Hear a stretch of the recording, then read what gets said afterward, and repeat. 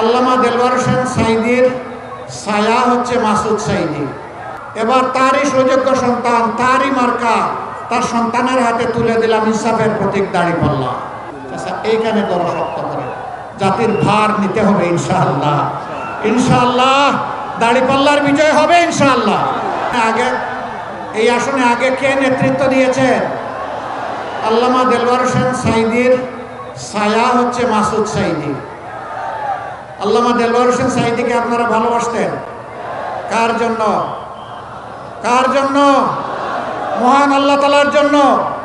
ভাই বোনেরা, এবার তারই সুযোগ্য সন্তান, তারই মার্কা, তার সন্তানের হাতে তুলে দিলাম ইনসাফের প্রতীক দাঁড়িপাল্লা।